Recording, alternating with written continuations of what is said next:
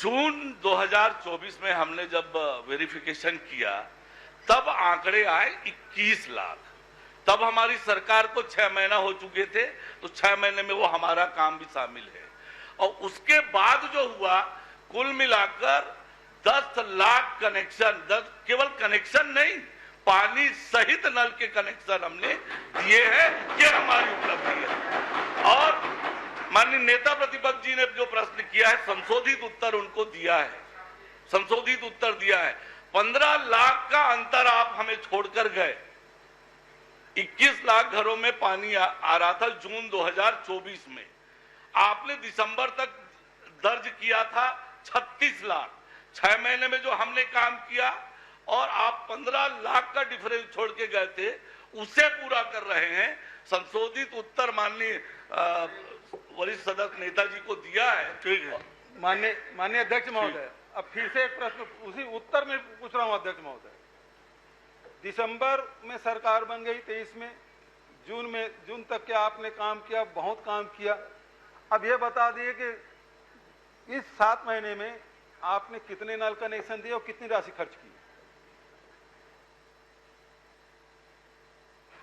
लगभग 10 लाख परिवारों को नल से कनेक्शन दिया है हमारी सरकार बनने के बाद। 10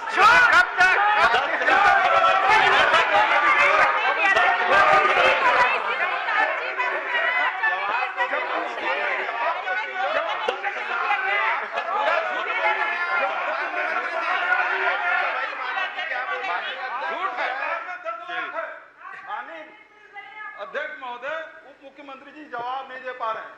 ये केवल गाल बजाने का काम कर रहे हैं, काम करने का काम नहीं कर रहे हैं अध्यक्ष महोदय, इसलिए इसके उत्तर से असंतुष्ट होकर हम बहिर्गमन करते हैं।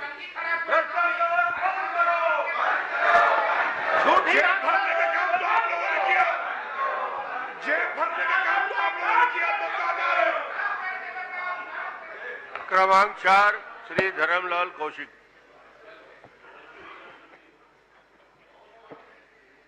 माननीय अध्यक्ष महोदय, आपके माध्यम से माननीय उप मुख्यमंत्री जी से मैं पूछना चाहता हूं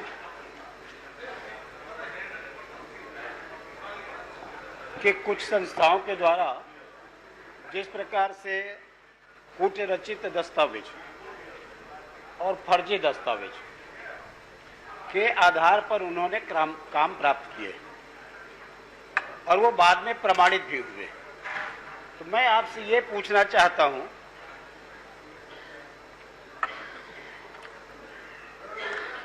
कि जिस प्रकार से एक अधिकारी के द्वारा कूटरचित दस्तावेज के आधार पर अपराध किया जाता है और उनके खिलाफ में एफआईआर दर्ज किया जाता है, तो क्या उसी प्रकार से फर्जी दस्तावेज या कूटरचित दस्तावेज कर काम प्राप्त करने वाले जिस प्रकार से अपराध किए हैं, उनके खिलाफ भी उसी प्रकार से कार्रवाई करेंगे क्या? जल जीवन मिशन को लेकर जो अपेक्स कमेटी है, उस कमेटी ने जो फर्म है उसने फौज एक्सपीरियंस सर्टिफिकेट के आधार पर मल्टी विलेज स्कीम का टेंडर प्राप्त किया, उसके खिलाफ एफआईआर करने की अनुशंसा की और बाकी के जो अनुबंध थे, कुल मिला के 12 अनुबंध, उन सबको निरस्त करने का अनुशंसा किया और उस आधार पर हमने कार्रवाई की। 12 अनुबंध निरस्त किए और जो मुख्य एजेंसी थी उसके खिलाफ एफआईआर दर्ज किया है। ब्लैक लिस्टिंग के लिए शोकॉज नोटिस दिया और जो अपेक्स कमेटी के रिकमेंडेशन थे उसके खिलाफ सभी 7 फर्मों ने उच्च न्यायालय में याचिका दायर की और जो ब्लैक लिस्टिंग के लिए नोटिस था 3/9/2024 का और 17/2/2025 का जो रिकमेंडेशन था अपेक्स कमेटी का, दोनों को माननीय उच्च न्यायालय ने सेटिसाइड किया और मुख्य सचिव को उस पर विचार करके निर्णय करने के लिए कहा है और अब सरकार ने तय किया है उसके खिलाफ अपील करने का, तो वो प्रक्रियाधीन है। अधिकारियों की संलिप्तता के संबंध में कोई रिपोर्ट नहीं आई है, इसलिए कोई कार्रवाई नहीं किया है और यदि ऐसी रिपोर्ट आती तो निश्चित रूप से यदि 6 एग्जीक्यूटिव इंजीनियर को सस्पेंड किया है, 4 के खिलाफ नोटिस दिया है, डिपार्टमेंटल इंक्वायरी चल रही है, तो किसी भी अधिकारी को बख्शने का कोई सवाल ही नहीं है जिसकी जिम्मेदारी कोई हो। नहीं, अधिकारी के संदर्भ में मैंने नहीं पूछा।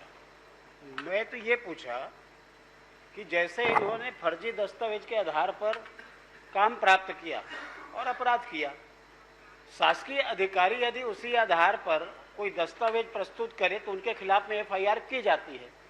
इनके खिलाफ में एफआईआर क्यों नहीं की गई है?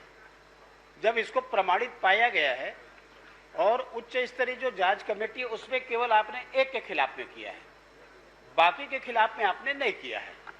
तो बाकी के खिलाफ में नहीं किया है तो आपने जो कोर्ट का हवाला दिया कि हाई कोर्ट में जो मामला पेंडिंग है, तो हाई कोर्ट के जो मामला पेंडिंग है वो जो लंबित मामले हैं उसके निराकरण आपके अनुसार से अभी निराकरण नहीं हुआ है, लेकिन अधिकारियों को दिशा निर्देश हाई कोर्ट के द्वारा प्राप्त हुआ है।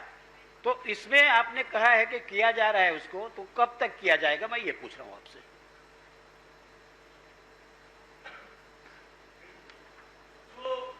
फोर्ज एक्सपीरियंस सर्टिफिकेट प्रस्तुत किया गया था वो मिसर्स विजय सालुके कंपनी के द्वारा था।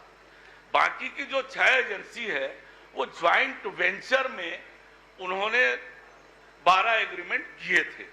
तो जिस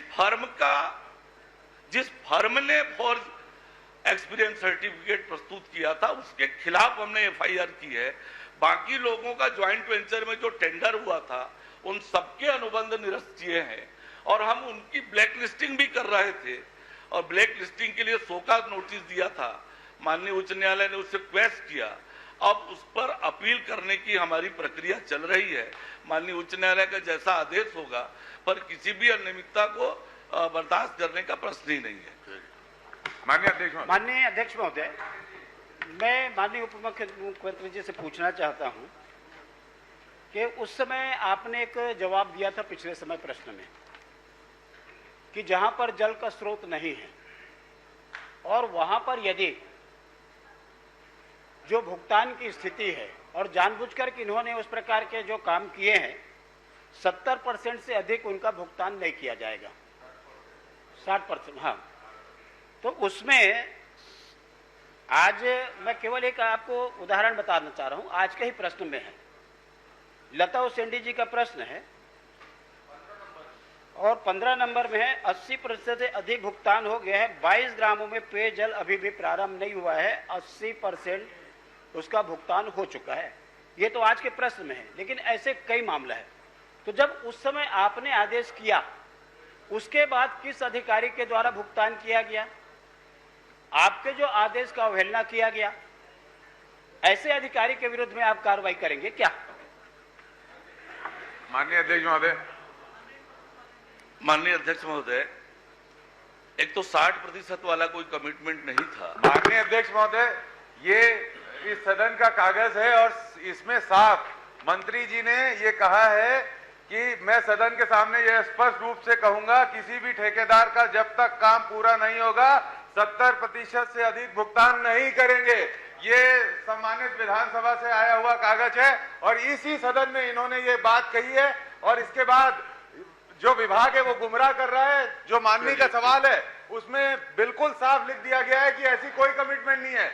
जबकि इनके वक्तव्य में है ये विधानसभा के, ये आपके वक्तव्य है माननीय मंत्री जी, दोनों बात की जांच कराई जाए। अध्यक्ष महोदय, इस पेपर पर जांच होनी चाहिए और मंत्री जी जो कर रहे हैं दोनों की जांच होनी चाहिए। कौन सी बात कह रहे हैं? या पटल पे रखा ये कागज सही है, ये आप स्पष्ट करें। माननीय अध्यक्ष महोदय, ये ऐसे जनता को गुमराह कर रहे हैं पूरी बात तरह। सुनिए। इसमें विभाग भी मिला और मंत्री जी भी अरे मिले। आप बैठिए, बात तो माननीय, सुनिए। मैं पटल पे रखना चाहता हूँ इस कागज को। आप मेरे बात सुनिए। माननीय सदन का जो सदन का रिकॉर्ड है उसी को सदन में प्रस्तुत करना चाहते हैं।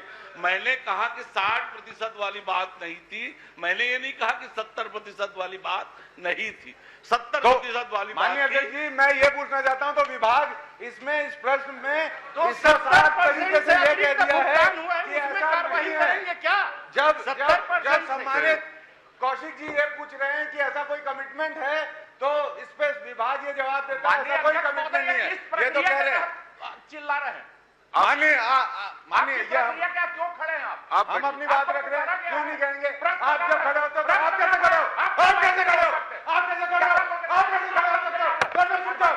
देखिए, जनता की बातें करेंगे। सीधे आप यहाँ विभाग आप को गुमराह कर रहे हैं, मंत्री बैठिए। गुमराह कर रहे हैं, हम बोले नहीं। आप बैठिए। चुपचाप देखिए, चुपचाप बैठो। आप चुपचाप बैठो। ऐसा नहीं चलेगा। बैठिए, बैठिए। ये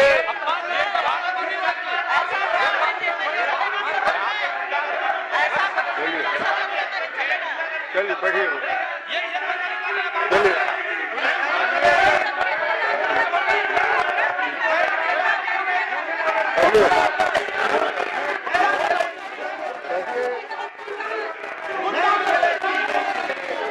बैठिए।